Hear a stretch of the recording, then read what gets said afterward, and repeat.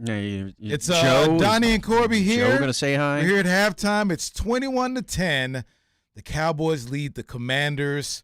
Corby, the Eagles are getting their asses kicked by the Giants. The Cowboys need to get this so they can get the 2 seed. How are you feeling so far in the first half?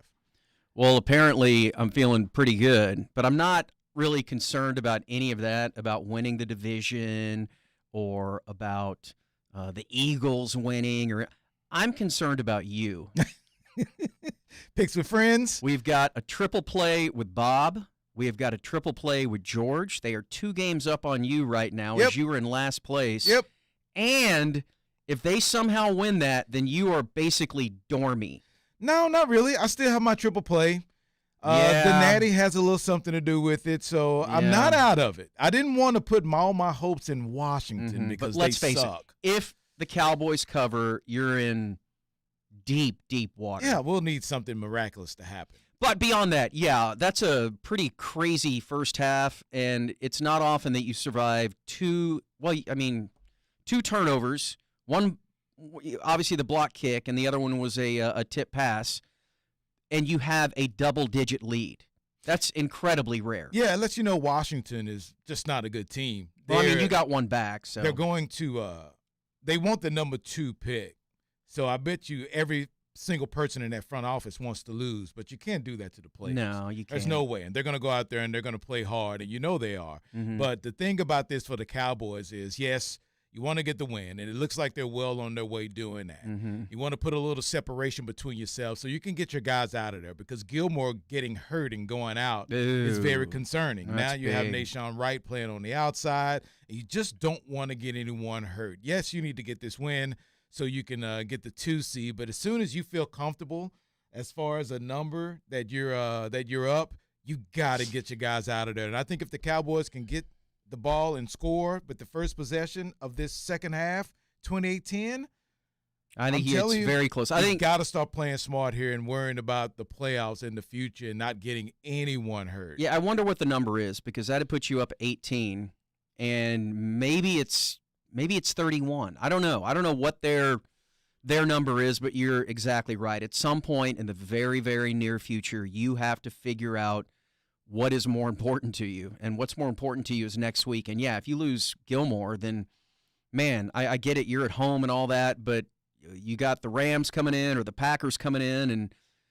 both those quarterbacks can throw, and you gotta figure it out pretty quickly here. But this is a weird game. Yeah, it is, and it felt weird from the very beginning because the Cowboys went right down and scored, and you're thinking, okay, they're just gonna make a mockery of this thing. Well, Washington went right down, and they had those, 4th down conversions, and then they failed on the last one. Which is a little puzzling that they didn't go for it on that 4th and 2 to kick the field goal. They've been aggressive, uber aggressive the whole entire game. Yeah. And then they settled for 3 on that one. But one great thing about this game is that it looks like you're getting burst Tony Pollard back. And we've seen it the last few weeks that you've seen him.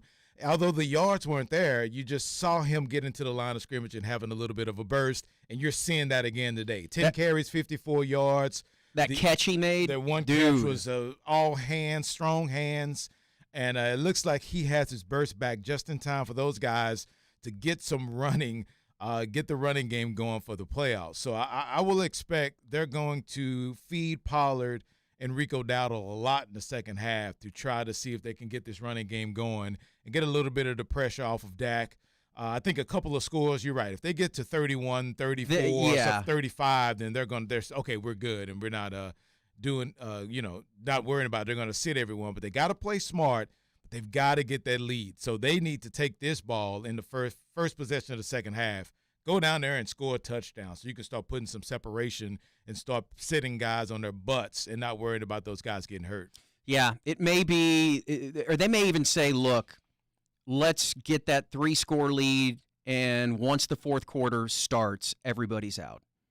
That's probably what they're going to say. If they have that 3-score lead, then let's just empty the bench, get the guys in there that may need a little playing time depending on what happens in the playoffs, but get the important guys out of there. Yeah, they need to get this dub. They need to get as high of a seed as they can possibly get, so that 2 seed with Detroit winning. And if they lose, Philadelphia looks like they're going to lose, but the Cowboys will be a 3 seed if they don't get this game. So it doesn't feel like this game is in peril.